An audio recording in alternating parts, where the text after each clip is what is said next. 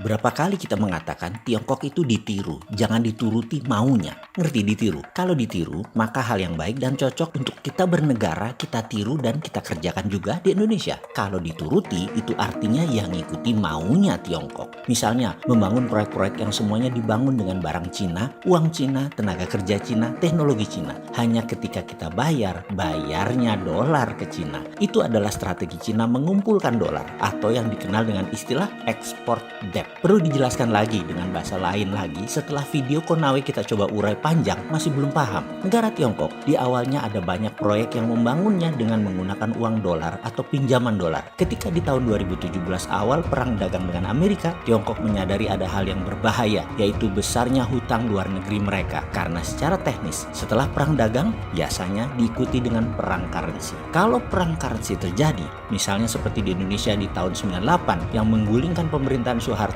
currency warfare-nya dilakukan rupiah dibanting minus 500%. Maka mereka melakukan strategi. Tiongkok melakukan yang namanya export debt atau mengirim hutang ke luar negeri. Tiongkok itu bukan jago ekspor barang produksi saja, namun mengekspor hutang mereka juga bisa.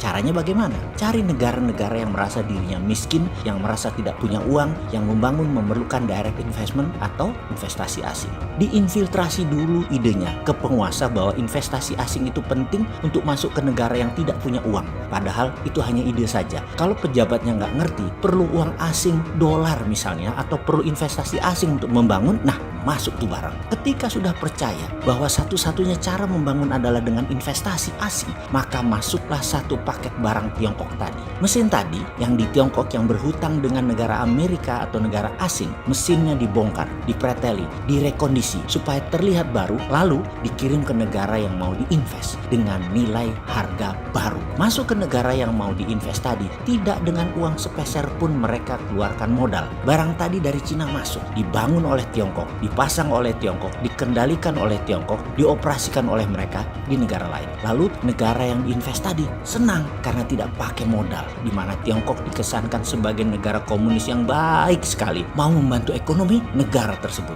Lalu negara yang tidak mengeluarkan modal sedikit pun tadi mulai menyicil investasi Tiongkok asing tadi dan dibayarnya pakai dolar. Di sini Tiongkok dapat dua hal. Negara yang diinvest menanggung hutang mereka dan nyicili hutang Tiongkok. Bahkan selain melunasi hutang Tiongkok juga memberi kelebihan luar biasa besar uang dolar sebagai cadangan devisa Tiongkok karena untungnya gede banget dari mesin bekas dihargai mesin baru. Untungnya geopolitik dan geoekonomi para pejabat Indonesia jago-jago. Pejabatnya tidak segeblek negara yang terperdaya dengan langkah kolonialisasi 5.0 ala Tiongkok tersebut dengan strategi ekspor debt tadi. Bayangkan kalau pejabatnya nggak ngerti, seperti negara Papua Nugini misalnya yang berhasil dikerjai Tiongkok. Wah, bisa-bisa anak cucu bangsa tersebut bisa menghujat sampai akhir zaman kepada pejabat yang berkuasa yang bisa dikadali sama komunis Tiongkok. Bener deh, kita harus tiru cara Tiongkok tersebut, bukan mengikuti maunya Tiongkok. Misalnya, menarget mengambil bahan baku alam sebuah negara. Karena aslinya Tiongkok itu tidak punya bahan baku mineral di negaranya. Kalaupun punya, itu bukan dari tambang di Tiongkok, tetapi tambang di Afrika, tambang di Asia Barat, di mana mereka beli bahan baku mentah yang termurah,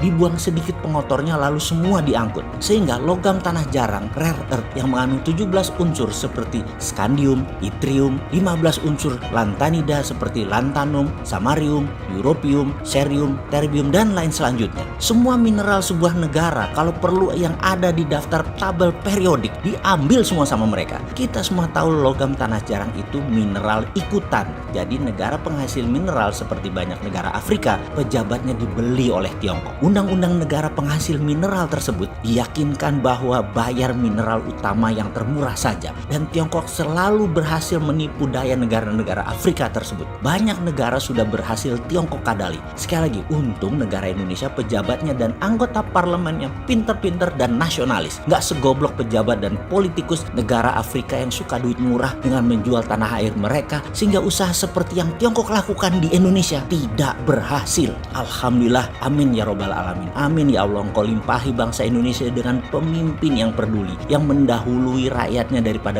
kepentingan partainya, bahkan daripada keluarganya. Pejabat Indonesia lebih mementingkan rakyatnya. Amin ya Allah. Juga ada yang penting lagi yang wajib ditiru dari Tiongkok adalah bagaimana keluarga pejabat dibawa mengunjungi penjara koruptor. Di sana keluarga pejabat tersebut sengaja diperlihatkan pejabat koruptor yang dihukum diletakkan di penjara yang sangat miris sekali dilihatnya, sehingga badan mereka kurus kering sambil menunggu hukuman mati. Efek keluarga, anak, istri, ayah, ibu dibawa ke penjara koruptor tadi berhasil membuat keluarga pejabat menghentikan niat aji mumpungnya memanfaatkan fasilitas negara untuk kepentingan sendiri atau kelompoknya. Dengan demikian pejabat tidak akan berani korupsi. Kalau sekarang di Indonesia bagaimana?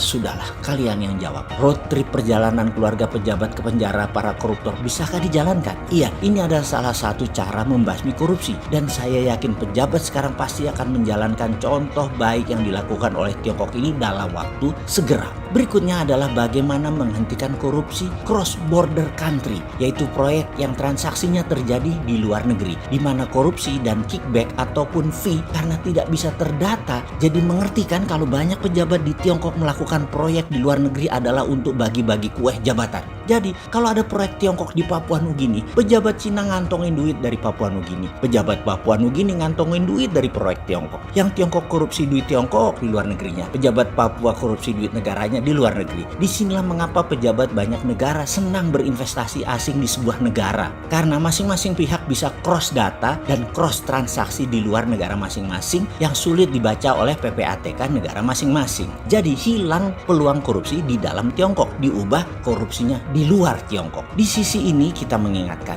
yang di dalam Tiongkok kita tiru dengan keluarga dibawa road trip ke dalam penjara koruptor. Nanti terlihat dengan jelas betapa titik-titik sarana penjahat koruptor itu di penjara di Indonesia. Lalu masih bisa main di luar negeri ya ternyata. Lalu bagaimana menyetop sementara cara bernegaranya adalah mengajak investasi asing masuk? Kok jadi serba salah begini ya bernegaranya? Sekali lagi, untung itu semua terjadi bukan di negara kita yang tercinta ini, tapi di negara tetangga yang berdebah itu.